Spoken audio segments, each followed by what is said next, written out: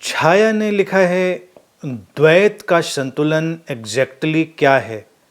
कभी हम अकारण आनंद की अवस्था में होते हैं तो क्या ठीक उसके विपरीत की स्थिति आना भी लाजमी है? ऐसा द्वैत के संतुलन के कारण होता है क्या? कृपया स्पष्ट करें। छाया, भारत में हमने शब्दों के साथ बहुत ही अच्छा उपयोग किया है, बर्ताव किया है। आज जैसे देव्योमिष्टिका के इस सोपान पर हम आज्ञा चक्र पर बात कर रहे थे, third I, the third possibility. Bharat में देखेंगे हर चीज़ में उन्होंने एक थर्ड आई खोजी है, थर्ड पॉसिबिलिटी। भारत में वो कहेंगे कि सुख है, दुख है, द्वैत की अवस्था, और एक ऊर्ध्वगामी वर्टिकल अवस्था है अद्वैत की, आनंद। तो आनंद की अवस्था जो है वो सुख नहीं है।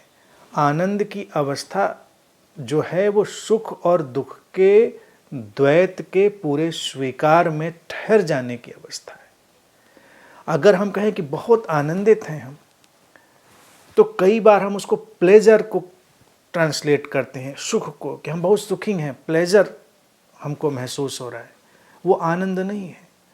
आनंद की घटना ही वो है कि जब हम जानते हैं कि सुख है, हम सुख को महसूस कर रहे हैं, और सुख आता है तो जाता है, फिर दुख भी आता है। ये एक साइकिल है, घूमता हुआ वर्तुल है। और इस घूमते हुए वर्तुल को जिसने तीसरे बिंदु पर खड़े होकर जान लिया है, वो आनंद की अवस्था है। तो आनंद शब्द का हम बहुत कैजुअल उपयोग करते हैं हर चीज़ में, लेकिन वो आनंद नहीं है, वो है सुख।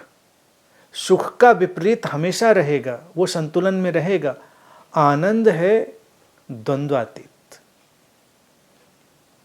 वो अब इस स्वीकार से भरा हुआ है, वो जानता है। तो आनंद का विपरीत नहीं आएगा। आनंद एक स्वीकार और ठहराव है। भारत में जैसे हमने कहा, जन्म है, मृत्यु है,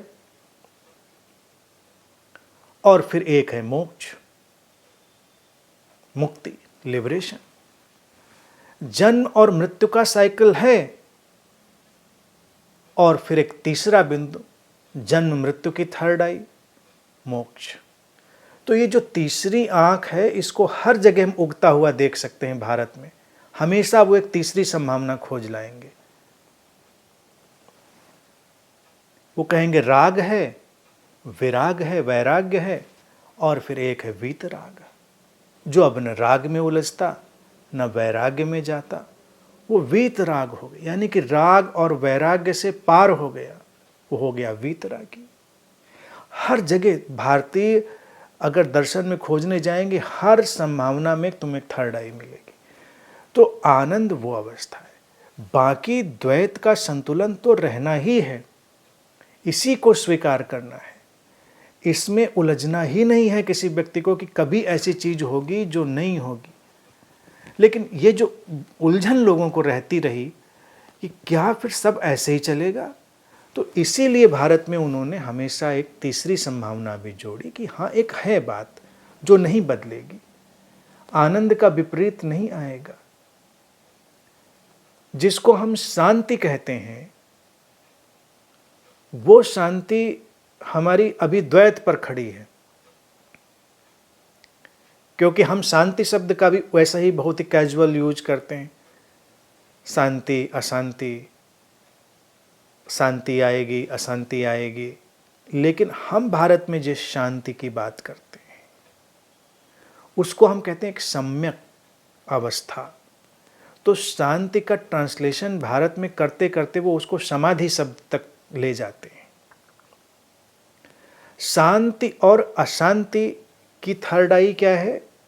समाधि, सम्यकता। जब तुमने अनुभव कर लिया कि कुछ ऐसे क्षण जो तुमको शांत बनाते हैं, तो कुछ ऐसे क्षण जो अशांत भी बनाएंगे।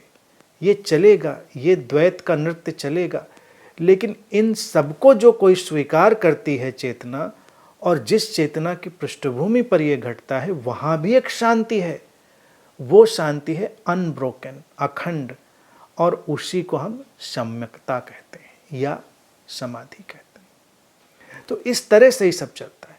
द्वैत का संतुलन तो रहना ही है, लेकिन सबसे इसमें जो गुड न्यूज है, शुभ सूचना है, वो हमारी इस सनातन परंपरा में, भारतीय दर्शन में उन्होंने एक तीसरी संभावना हमेशा रखी है, जो अद्वैत की संभावना है, जिसका कोई बदलाव नहीं है।